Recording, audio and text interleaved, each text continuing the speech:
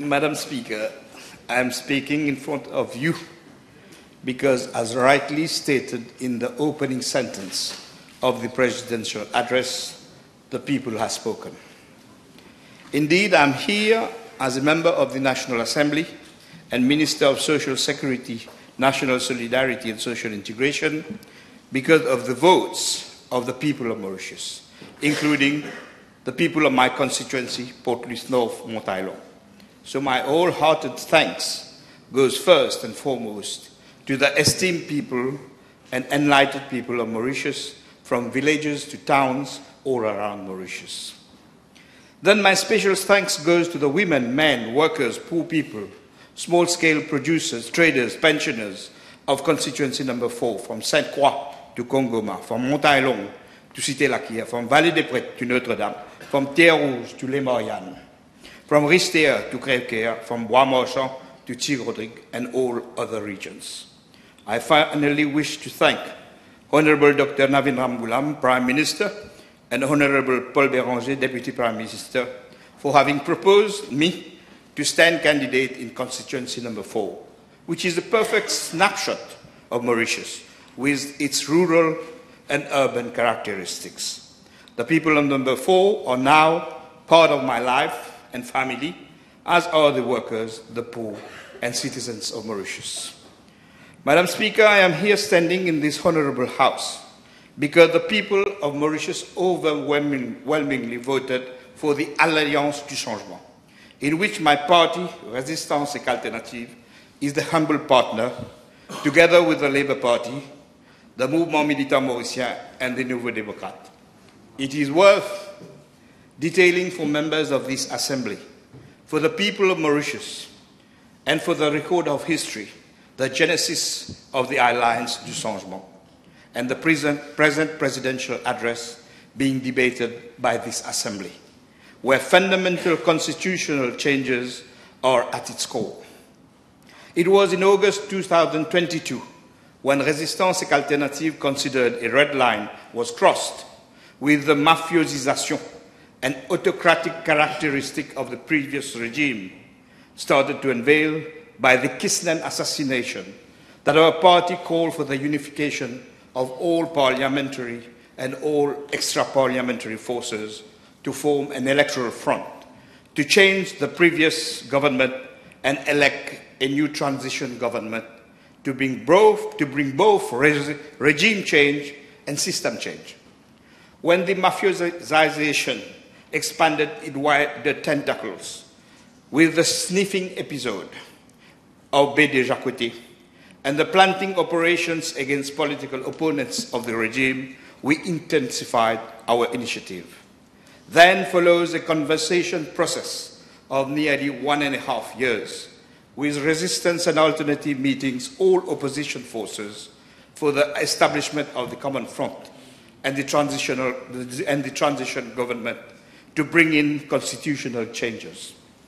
Subsequently, a constitutional conference was organized by Résistance et Alternative on the 31st March 2024, in which almost all the opposition parties participated. A consensus towards constitutional reform to decolonize and Mauritianize the constitution emerged. Afterwards, some extra-parliamentary forces decided to pursue separate pathways in the coming elections, opting instead for a free or four-cornered electoral fight. Résistance et Alternative did not share this view, given that we firmly believed that it would matter and would make a difference for the people of Mauritius if the MSM regime not be reconducted to power.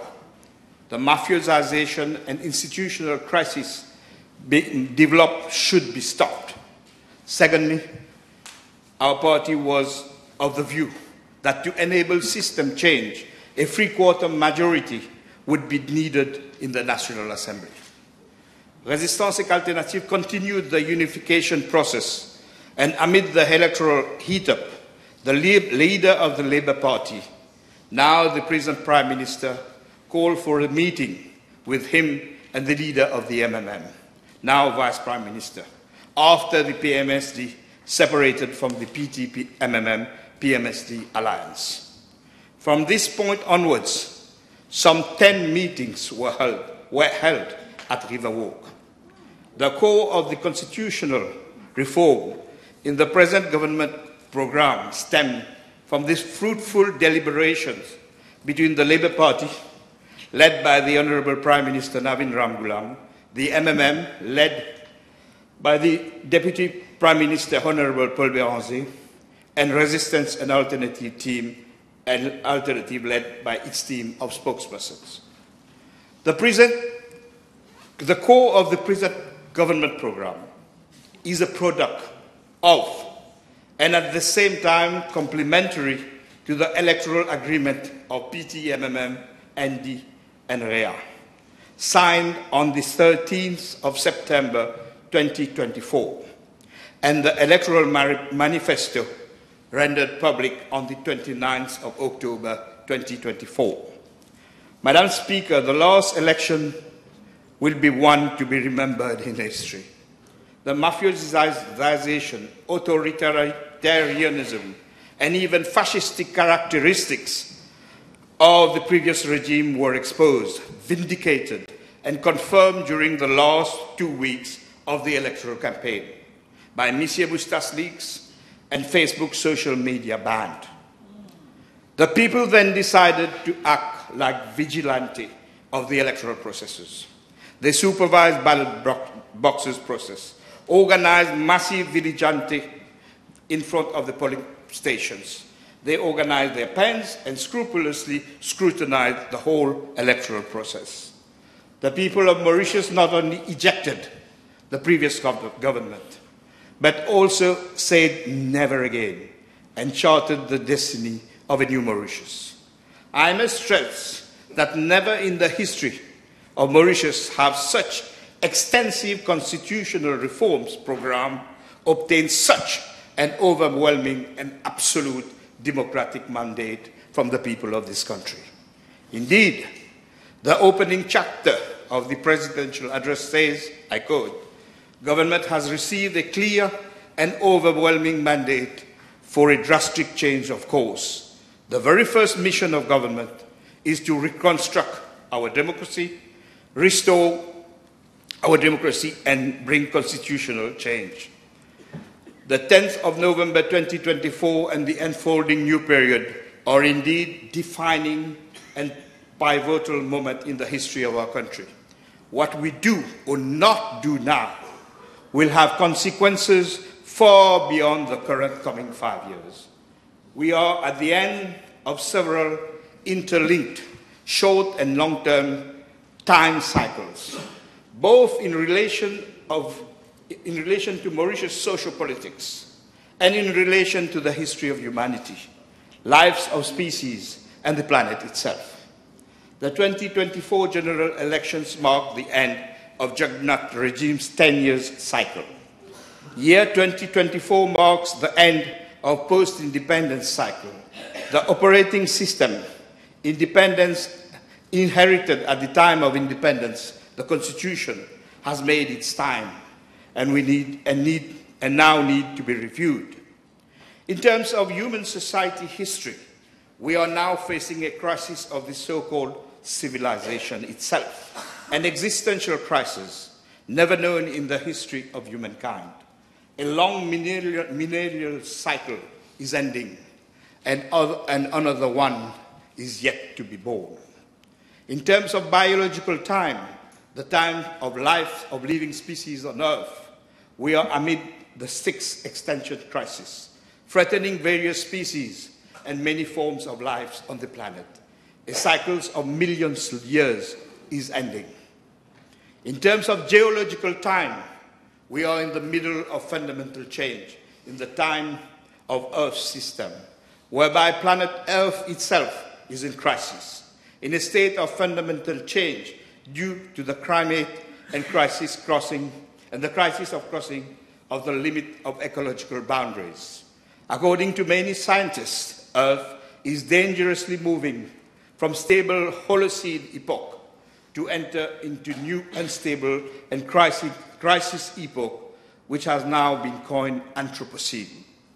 Any person who will look back to Mauritius after 50 years will definitely realize that this country was at a historical, decisive, and defining moment of socio-ecological change in 2025 after the people have spoken and elected a new government in 2024. This defining moment will mark a significant forward leap in history, with a major shift in societal norms, structures, or behaviors driven by the present political actions which we will be taking by adopting the presidential address and Honorable Babita Tanu's motion. The constitutional reform agenda proposed by this government program aims at inter alia and interrelated socio-ecological and democratic transformation. The government program proposes to recognize the right of every citizen to stand candidates in elections as citizens without any compulsory community classification.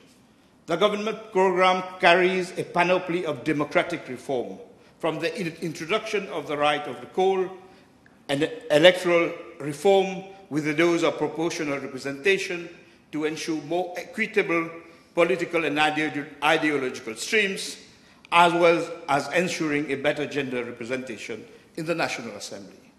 The government program will guarantee local elections within the Constitution. The government program proposes to enshrine the right of nature, coupled with public interest litigation and class action judicial concepts within the Constitution, making Mauritius a vanguard country in terms of socio-ecological sustainability. The government program will enshrine social, economic, cultural rights as recognized by the United Nations within the Constitution, thus promoting a socio-economic right-based society, offering additional constitutional protection against social discrimination in terms of housing, education, healthcare access, employment, social security, as well as languages and cultures. The government program aims at consolidating Section 16 of the Constitution by adding new categories of people to be protected, for example, to protect people with disabilities. The proposition of enshrining the values of peace, justice, and liberty within Section 1 of the Constitution mark a qualitative elevation of fundamental core values of the Republic and its people. The government program recognizes the digital time we are into and proposes to integrate digital rights and protection of citizens against any form of surveillance by the state or corporate entities, again placing Mauritius among the pioneers in this domain. The institution of a new constitutional appointment committee will ensure more independence of our institution. And then, to top it all, is the creation of a constitutional division of the Supreme Court. Madam Speaker, the constitutional reforms will create a new set of socio-ecological and democratic boundaries when compounded with the restoration of civil and political rights, will redefine the boundaries within which social organization and the new economic and the new social order will be organized. I think this precision is very, very of key importance. The first immediate constitutional change in the pipeline is the concretization of the signed electoral agreement between the Labour Party, MMM, ND, and Resistance Alternative. It aims, I quote, at recognizing le droit aux citoyens de la République de se présenter aux élections comme tels, sans aucune obligation faite à ces dernières de se classifier de façon communale. L'Alliance du changement s'engage ainsi, dans les premiers 6 mois au pouvoir, à rendre permanent le mini-amendement constitutionnel temporaire de 2014 ayant permis aux candidats de ne pas se classifier. Ceci en attendant la proposition de réforme électorale en bonne et due forme que présentera l'Alliance du changement. En ce faisant, l'État mauricien sera conforme à l'avis du Comité des droits humains des Nations Unies sur la question. The government program consolidates this agreement and proposes that to promote national unity and nation building, constitutional amendments will be brought to remove the mandatory declaration of community affiliation, thus allowing candidates to stand for the National Assembly elections without being required to make any declaration as to their community. By so doing, government will ensure that all citizens have the right to stand candidates for elections, even if they do not wish to declare their community affiliation. This fundamental amendment to come is beyond electoral system and the rights of citizens to stand candidates. It is the product of a long historical struggles fought by generations on this issue. But more fundamentally, it is at the heart of the making of every child born on this land and every Mauritians. The mini-amendment proposed to be translated in the next 2 months will be the litmus test of the whole constitutional reform program of our government, as it will act as the launching pad of the major constitutional reform program. I am sure the Office of the Attorney General will work hard and present shortly to the Cabinet and the Government an updated version of the 2014 mini-amendment. Our country, Mauritius, we must always remember, is one of the latest both nations on planet Earth. We are both a nation of immigrants who brought the richness of their traditions, cultures, and beliefs, and a product of colonization, slavery system, and bondage labor. What we are today, through our living together, through our harsh but rich history, through our struggles against oppression in colonial and post-colonial Mauritius, through our moment of joy and tragedy, makes us all.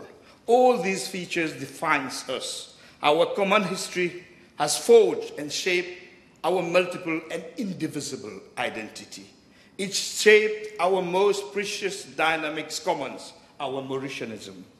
We are one and all. We are all and one. Our nation-building process, our multiple and indivisible identities of our Mauritianism emerged at a very early stage, when the first child born on this land during Dutch colonization, he was named Simon van der Stel, born from the marriage of the then Dutch governor and his slave-originated wife. The first Mauritian society was born in 1710, when the Dutch left Mauritius and before French colonizers came in 1721. From this moment on, during 300 years, our common destiny has been harsh, painful, but a rich one too. For example, the cultural genocide, which slavery system represented, were born from the children of the time, our common mother tongue, our Creole language, now spoken by more than 95% of the population. Social bonds were built through struggles against oppression. In 1937, 1943, during independence times, in the workers' and youth struggles of the 70s. During colonial time, neighborhood solidarity in villages and urban area to face common poverty and least sharing of the little we had. We understood the lives and the reality of the people of the same social class with our diversities. In moments of joy, like the Jeux des îles de l'océan Indien, or whenever our fellow Mauritians are abroad, we can feel our Mauritianism within our body. In moments of tragedies, such as the flash floods of Canal d'Ayotte of 2013, or more recently, during the ecological tragedy of Wakasho in 2020, our Mauritianism erupted in Maibo and the whole of the country. It was the same Mauritianism which erupted during the recent election. So it is the duty of all of us to bring in this first constitutional amendment and pave the way of the great leap of fundamental constitutional transformation our nation and the new generation aspire. I had a whole section on social security. I will follow your advice. I will skip it and have a statement later in the Assembly. And I will conclude. Yes. Thank you. Madam Speaker, let me conclude by this quotation. There are decades where nothing happens, and there are months where decades happen. We are exactly in this situation, when history is being accelerated. The government program has captured the profound aspiration of the people. This government, led by three parties, the Labour Party, the MMM, and Resistance Alternative, which originates from emancipatory and enlightenment, have the historical mission and cannot afford to fail. We will fulfill our duty with our partner of the Nouveau Démocrate. Indeed, some conservative forces, some economically powerful forces, the usual profiteers, the cronies, would try to block the great leap forward agenda of the government program. But then, it is our duty to remind them that the people have indeed spoken on the 10th of November 2024 in their Pacific Printemps motion. Change and transformation are conscious acts for the betterment of the many, for life systems of our habitat, for our commons. But change always shakes the privilege of a few. To those forces, I will simply repeat and say a slogan used by the Right Honourable Prime Minister Navin Ramgoolam in 2010, Pagrat Ledo Malaya. Let me also say that forces who tried to block the socio-political emancipation have all failed, from the abolition of slavery to independence time. Madam Speaker, my party is proud to be part of the long historical transformative journey towards a socio-ecological and systemic transformation of Mauritius. Madam Speaker, allow me to raise my fist there to say, let Mauritian be Mauritian forever, with our multiple and indivisible identity. Dans moi et Natou, vive nous Mauritianis, vive Mama la Terre.